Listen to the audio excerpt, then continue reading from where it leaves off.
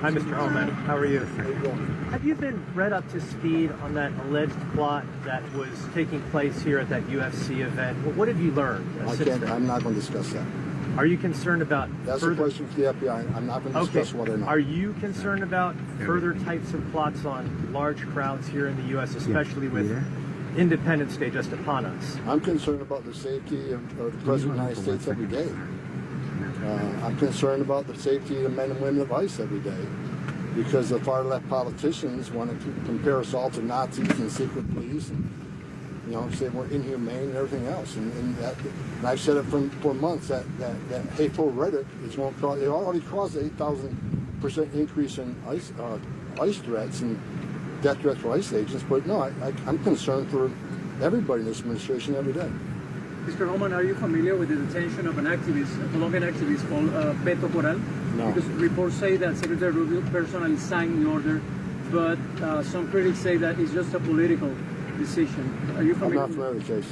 Okay, sir. Can you keep an update on the border?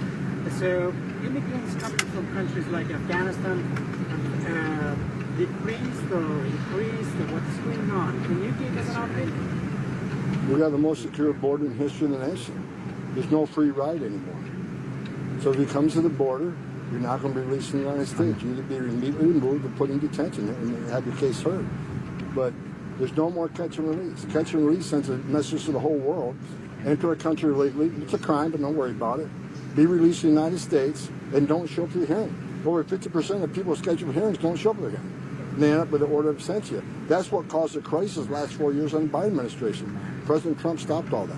Why have these people detained by ICE at the border? And they are living in the detention centers for months, perhaps for years now. Yes. Everybody's given due process. Every case is different. The average length of detention right now is 42 days. I look at that number every week. The average length of detention is 42 days.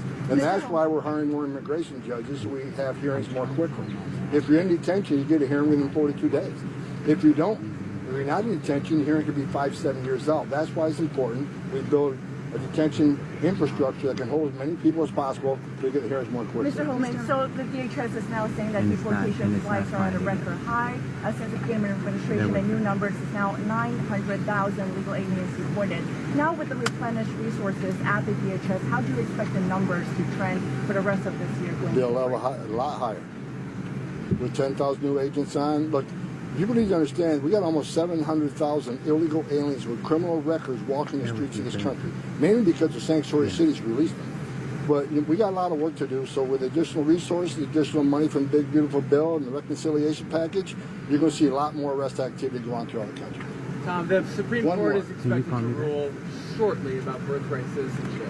If that ruling does not go the administration's way, what is Plan B? I won't get ahead of President Trump on that, and I will just say this.